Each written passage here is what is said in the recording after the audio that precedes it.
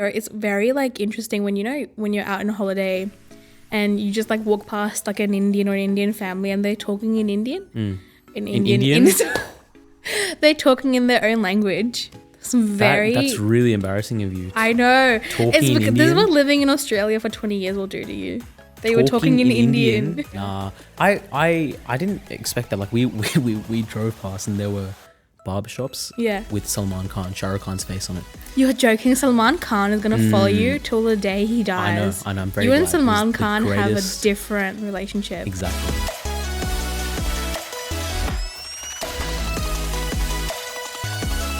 Hey everyone, this is the Don't Talk Back podcast. We're your hosts. I'm Khushee. I'm Renesh. Welcome back to another episode. So, Khushee, you went on holiday recently. I did, yes. I went to Bali for about a week. It was pretty interesting. It was an interesting experience. I mean, it was nice. I had fun. I'm not sure if I would go back though. Why? I don't know. It's just like I was very cautious about what I would eat. Bali belly? Yeah, because I did a bit of research before going and like it just sounded nasty. So like I didn't eat any, like I was complete veggie there. Veg? Yeah, like near vegan over there. Like I didn't have any dairy products, no cheese, no meat or anything. So it was, but it was a good experience. Nice detox. But yeah, if it wasn't the whole Bali belly thing, I would probably go again because everything is very cheap there. Like you can probably get like drinks for like $1 Australian. That's how cheap it is. Yeah. Oh. Yeah, I went to Bali a few years ago. I think right before lockdown. Oh, right before lockdown. Yeah, like the 2019, 2020. Like 2020 January I went. So that's the year of lockdown. Yeah. And I didn't get Bali belly somehow. Yeah, me Well, not neither. somehow. Like I think a lot of people get it. And I went with my family and out of 4 of us, none of us got it, which is surprising. But I've heard some really bad stories. I have too. Yeah. Like no one from Touchwood, no one from my family got it either. But yeah, I've heard a lot of horror stories, like people vomiting on the plane, like having the shits on the plane as well. Yeah, we've already talked about food poisoning once. We did. Thank God. Your experience was traumatic though. My mum felt so sorry Oh, for really? you. Yeah, mine was really, really bad. Because I was like little, right? So I didn't know what was happening, and like I couldn't like if it happened to me now, I would like kind of know what to do. But back then, I had no idea. Obviously, you're relying on your parents. You're in a different part of the world. Yeah. A different part of the like I was in India, but not where I'm from in India. Yeah, not from Kerala. So So it's way more unfamiliar. yeah, exactly. So I was in a bit of a pickle, to say. Bit of a pickle. Yeah, but luckily Bali belly. Oh, that would have been horrible. I think that's. Yeah, I think most people. It's like Delhi belly. Like, you know, when you go to Delhi and you binge on the street foods, I think that's what Bali belly is. Like people just go there and like they see everything's really cheap. All the food's really cheap. So I think they just go on like a food and drinks binge. That's why they get Bali belly, I think. So yeah, a tip, do not binge when you go to Bali. Otherwise you will get Bali belly. Yeah. You went to Europe, didn't you? I did, actually. Yeah, I did. I went to Europe for 2 weeks. Jealous. Everyone went to Europe. Everyone went to Europe. Like, even my best friends went to Europe. I really want to go to Europe one day. Yeah, Europe was really, really good. Yeah.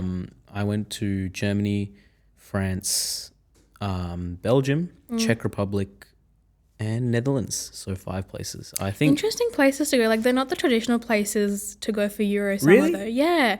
Like a lot of people do like Rome, Italy, Paris, Greece. You know, those kind I of. went to Paris. You did Paris, but Yeah.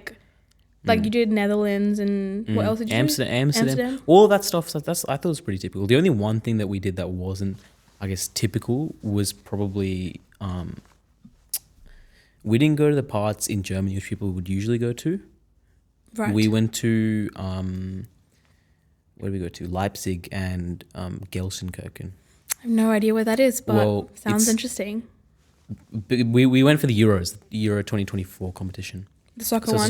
Soccer competition. So we went specifically for that. And it was an amazing experience, a really, really good experience. So we watched 2 games. We watched England and Slovenia.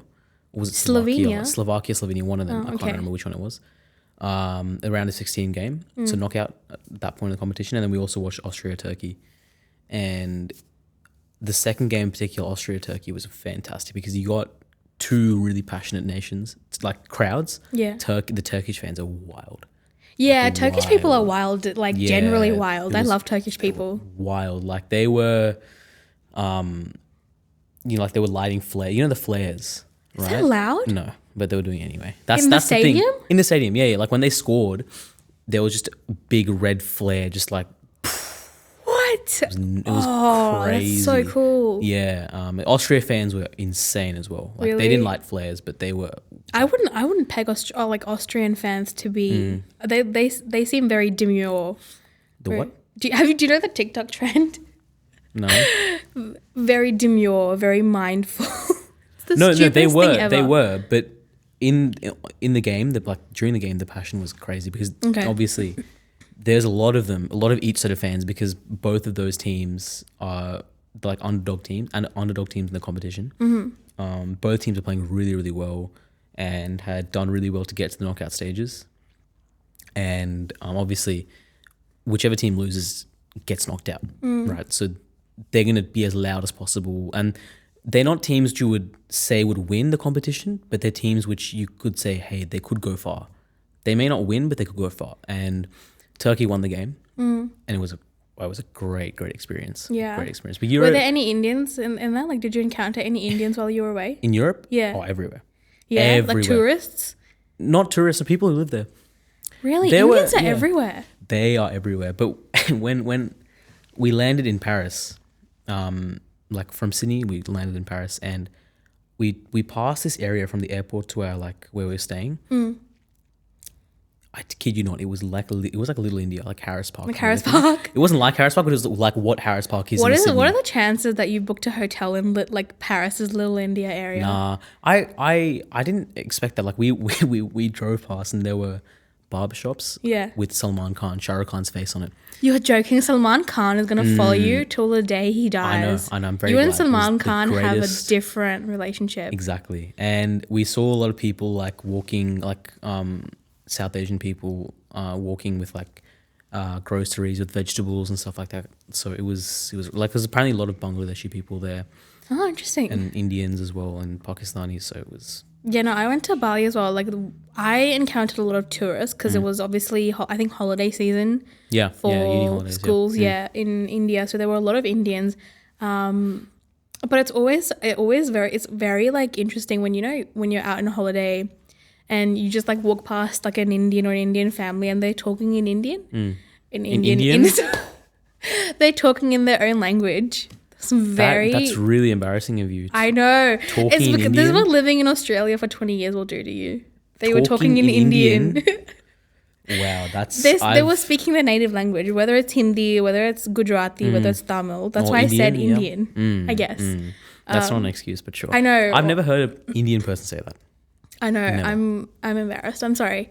But yeah, they were speaking. We'll go with Hindi. They were speaking in Hindi, and just the sheer happiness of understanding what they're saying. Yeah, Like, yeah. oh, mama, they're arguing about this. Like, they didn't get a good discount or whatever. Just knowing the gossip. I live for knowing gossip. I also forgot to say I went to Belgium as well. Belgium, so 6 countries. Did you have waffles there? Belgium I waffles? did. Oh, they were cracked. Like, Oh, I thought you were gonna say they were new crap. levels of cracked. Really? Because we stayed in Bruges, which is like a bit more of a. It's not a city, but it's like not a countryside either. It's like a very nice. Not like nice. But it was less urban. Sorry, more suburban kind of area. Oh, the waffles, it was crazy. We went to a couple of filming sets, where they filmed Jab Harry Met Sejul. There was a couple of shots in, was it? No, sorry, PK was in Bruges. PK. Yep. PK was in Bruges. Then in Prague, there was Rockstar and Jab Harry Met Sejul. I haven't actually seen Rockstar till date, so Watch it.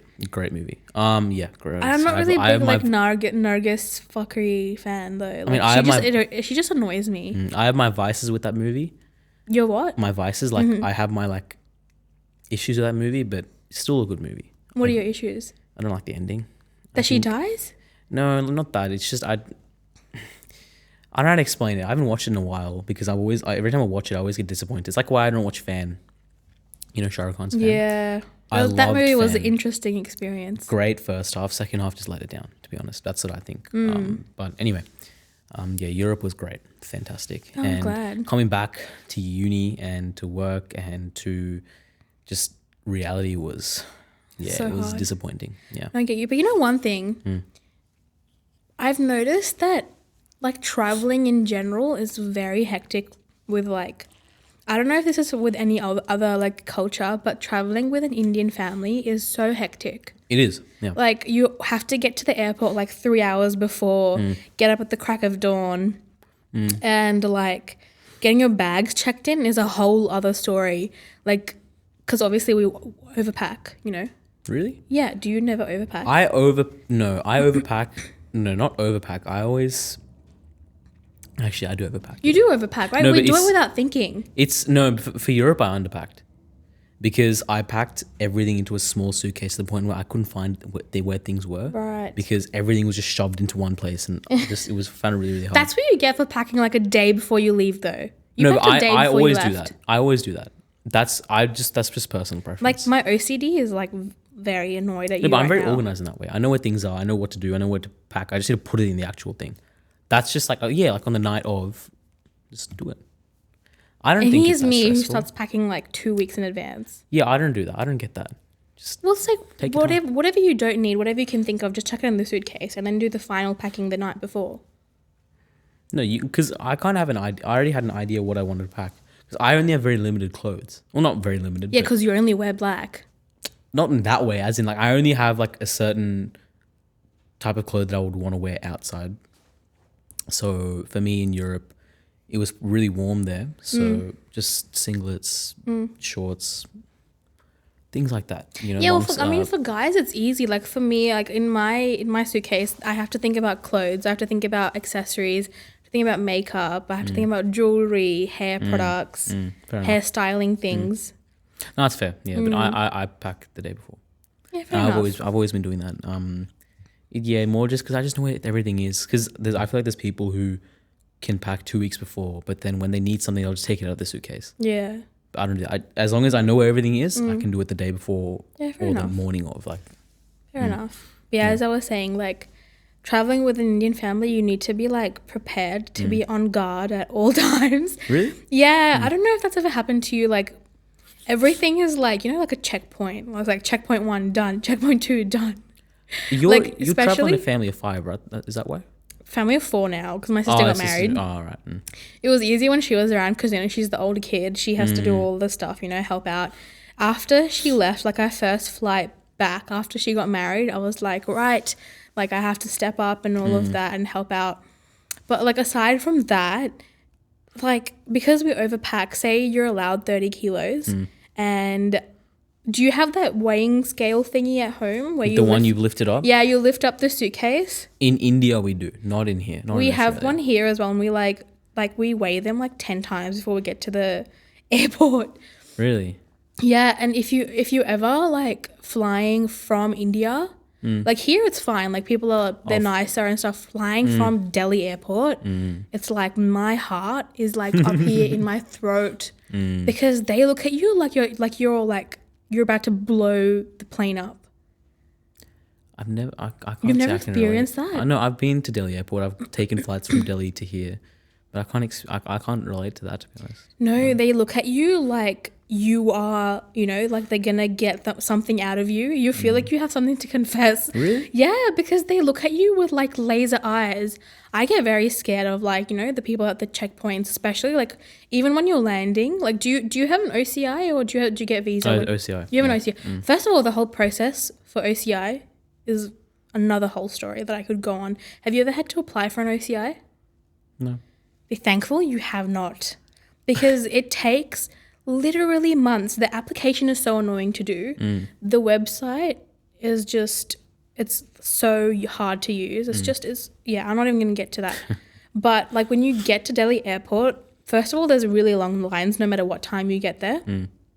And second of all, do you know that new machine? When was the last time you went to India? Last year? Last year, yeah. So they've introduced this new machine where you have to scan like your thumbprint. Have you done that?